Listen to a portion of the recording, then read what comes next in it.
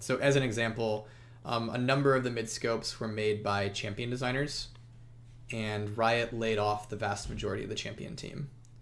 So one of the hard parts about doing midscopes right now is that there aren't champion designers available to do much because Riot laid off most of the champion designers.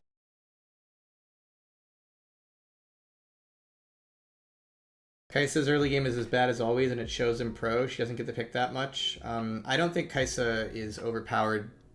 When nowadays, modern Kai'Sa, her being picked in pro is not where she would be overpowered. Modern Kai'Sa, the reason I tend to find modern Kai'Sa can be overpowered at times is what happens to her pick rate at the highest MMRs in the game. So, as an example, right now in like Master Plus, Kai'Sa has like 38% pick rate. So at the highest levels of play, like Kai'Sa's being picked like almost in 40% of games, which is like part of this is because Kai'Sa is incredibly well designed and incredibly fun, really cool character to play, very, very cool. But part of this is because I would argue that if the best players in the game are picking Kai'Sa that much, like you gotta understand, like there's popular characters and then there's a 40% pick rate. A 40% pick rate is crazy, crazy, crazy high for League of Legends. You rarely see it. And often to me, when a pick rate gets that high, it tends to be an indication that the character is lacking in weakness, not just that they're fun to play. Now, there's very few characters that can actually get to a 40% pick rate, because to get to a 40% pick rate, part of what you need is to be fun to play. Part of what you need is you probably need to be an 80 carry who's really, really fun. Like, you just have to be that to get that high. One of the other indicators to me about it is the fact that she has half the pick rate in lower MMRs. So it's like, yes, Kai'Sa is fun in silver, but she's not pick her in 40% of games fun. She's pick her in 22% of games fun. Whereas higher MMR players tend to much higher prioritize characters who are just going to win most of their games for them. So I think that's also an indication here of maybe something's going on, is the fact that Kai'Sa's pick rate is significantly higher in high MMRs than it is in low MMRs. You see this too when like JINX is overpowered. So JINX is another character who can get really popular. But generally when JINX is like closer to balanced, you tend to see that she has a pick, kind of like pick rates like this, where silver tends to be equal to or higher than diamond. But in metas where JINX kind of goes crazy, I don't know if we can actually see it here. Max days. I don't think we can see it here anymore, but in metas where JINX was like really, really broken and one of the best things you can pick, one of the things you would see is that her pick rate by MMR would invert. It would basically, it would go from being more picked in silver to significantly more picked in diamond, kind of like what Kai'Sa's looks like right now.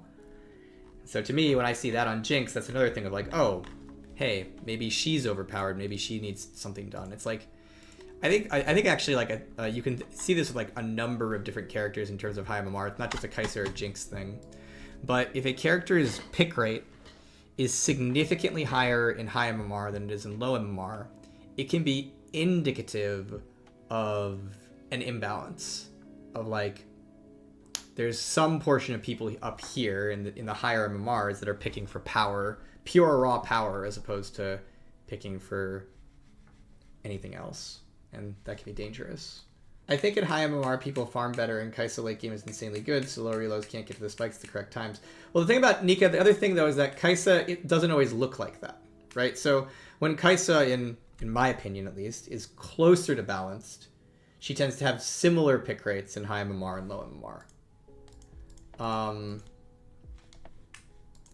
And so it's not like Kai'Sa is this character who permanently has like a 40% pick rate in Diamond. There's metas where Kai'Sa will be very popular and she'll be like 15% pick rate everywhere or 20% pick rate everywhere, right? But then there's also metas where specifically her pick rate in Challenger and Diamond and Master just goes to the moon. And those are the metas where I'm like, I wonder if there's something going on with how people are playing her in High MMR where she feels like she can't fail. If a champion has a low pick rate, does that mean they need buffs or a rework? It depends on the champion. Some characters' themes would indicate that they shouldn't have a high pick rate. And if that's the case, doesn't make really sense to buff or rework them, right? Like, Yorick is never going to have the same pick rate as an Ezreal because he's Yorick, and that's okay. Wolf Exo, thank you for the Prime sub. That said, though, there is a pick rate that we tend to, like, consider critically unpopular, and if any character has a pick rate below that, it tends to be a question of, is something wrong? So, as an example, 1.5% pick rate is generally around, like, where once you get below 1.5% pick rate, we start kind of, like, asking questions of, like, is there something off here? Is there something that can be improved? Stuff like that. Like, and so there's a number of characters, like, these characters right now are, like, in the really rough spot of, like, they're getting to the point of being critically unpopular. It used to be even worse, like, old Aurelion Sol, old Talia, old Skarner, those characters had like a 0.5% pick rate, and that was like really, really bad. That's like you're paid 1/3 as much as like some of like the less popular champs. And so basically around like 1.5%, we'll sometimes ask the question of like, okay, well, you know, that's unpopular, that might be fine, but like, you know, is something off? And then once it gets down to like 1 and even like 0.5, then it's like, ooh, there's some rough stuff going on. Yeah. So yeah, we look out for characters that are critically unpopular, but just because a character is unpopular does not mean that's a bad thing and does not mean they need changes. Watching Challenger streamer, they mentioned that it's hard to play Talon since it has to score something early and is forced to roam. Well, yeah, just because Talon's bad in Challenger doesn't mean he's not balanced for high MMR. Right? Like, Talon's probably just generally kind of weak right now, but there's so much power in roaming that he tends to have to be balanced around whether or not he's good in high MMR. Like, basically, if you think about when we nerf Talon, it is not because he's stomping bad players. We end up having to nerf Talon in metas where he's stomping good players. That's generally where he ends up being nerfed. And that's because the second roaming becomes equitable, Talon is one of our better roamers, and high elo players are the people who are best at roaming. And so if we ever nerf Talon, it's almost always for high MMR players, especially like most recently was things like jungle. Why do we remove support anti-heal? Because support has anti-heal, support becomes the anti-heal slave for the team. By giving support an anti-heal output, it forces support players to take it every single game. And that also creates another problem where it means that Grievous Wounds is also just ends up being more omnipresent because there's one role that you can just guaranteed force it onto every game. And so anti-heal for supports was removed to ensure A, that anti-heal wasn't omnipresent, and B, that supports could actually buy items they wanted to buy. And instead we ask other members of the team to consider buying anti-heal when needed.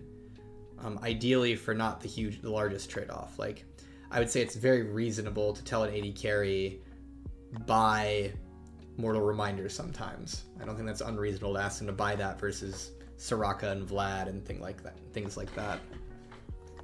So, yeah.